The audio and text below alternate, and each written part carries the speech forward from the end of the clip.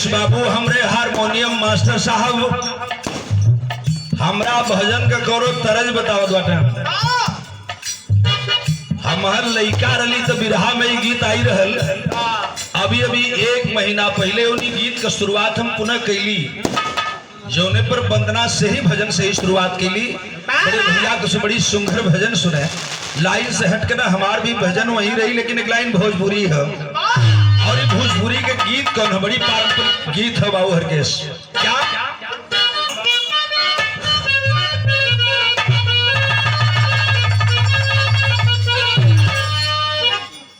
कि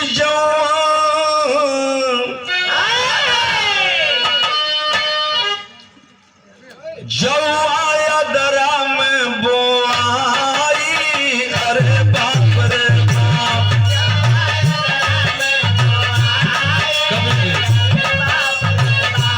जौआ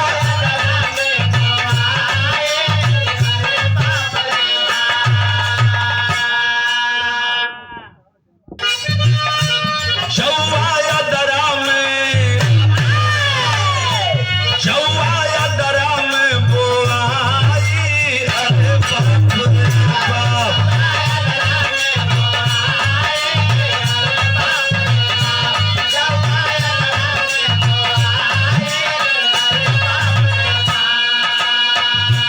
जौआ दरा में बोआई, अरे बाप रे बाप, गेहूं चैत में, गेहूं चैत में कटाई, अरे बाप रे बाप,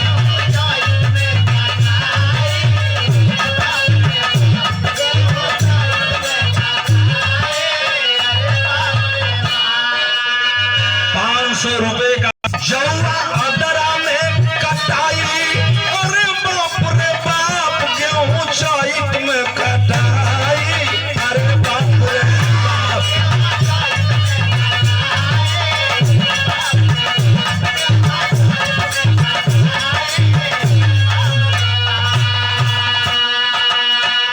सम्मानित साथियों, बिरहा के श्रोता बंधुओं, बहुत समय न लेते हुए 2 लाइन की भजन है, और वह भजन किसी है किसकी है, जिसकी भजन जगत गुरु परम पिता परमेश्वर ने भी किया।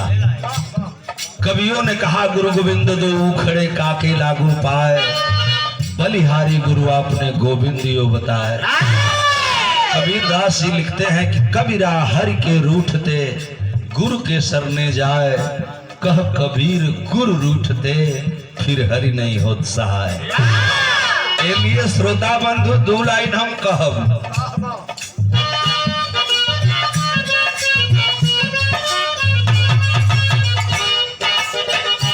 कैला सदगुरु के, कैला सदगुरु के भजना, कैला सदगुरु के भजना, मनवा जहाँ अमृत बसे,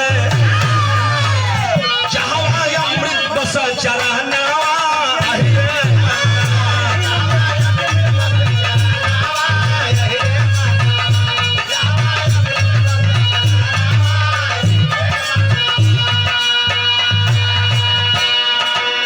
ये सादर 500 रुपए का पुरस्कार केशव भैया चक्की वाले, कमल सागर चट्टी, उनके छोटे भाई भुल्ली बाबू